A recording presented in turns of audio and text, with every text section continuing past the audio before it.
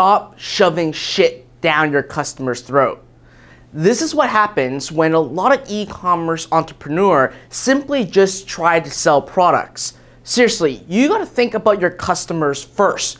You gotta know why they want to buy your products. You gotta provide value to your product, or you gotta provide a solution to the product you sell.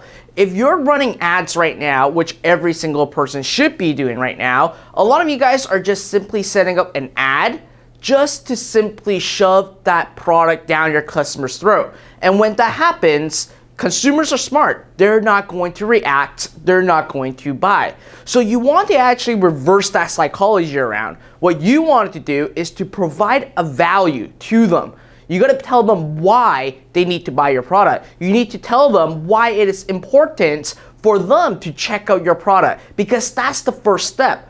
A lot of these customers, they don't know you. They never heard of you. They see your product and they know that they have something that you have for sale. But you don't want to so directly sell it to them. You want to indirectly sell it to them. You want to basically share with them exactly what the benefits are for them to actually buy the product, or most importantly, why they should need your products and they should give you their money. If you're able to really identify that, if you're able to really narrow in on the reasons why you should be having your customers to buy the product from you, you will actually have a much higher conversion, and most importantly, it will cost you a lot less to acquire a customer.